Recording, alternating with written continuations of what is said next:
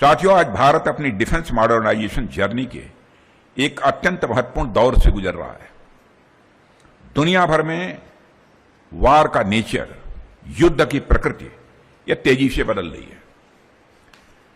Precision strike capabilities, integrated air defence systems, hypersonic weapons, autonomous platforms, artificial intelligence, electronic warfare तथा advance sensor technology यह आधुनिक युद्ध के स्वरूप को रीडिफाइन कर रही है।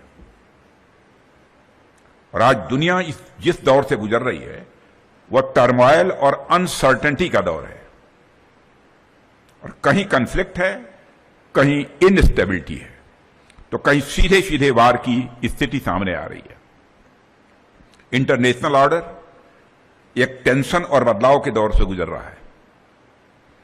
पुरानी एजम्पशंस टूट रही हैं और नए अलायंसेज, नए चैलेंजेज शेप ले रही हैं।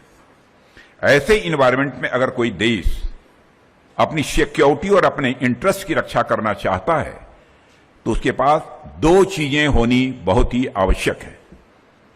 एक, रेजिलियंस, यानी हर शॉक को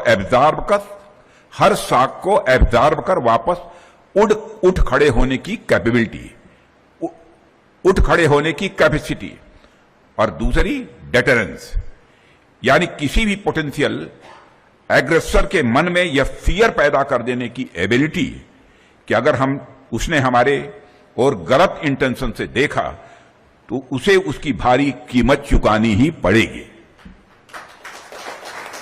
और मुझे यह कहते हुए गर्व होता है कि डीआरडीओ जैसे ऑर्गेनाइजेशंस हमें यही रेजिलियंस और डेटरेंस प्रोवाइड करने में पूरी तरह से मदद कर रहे हैं।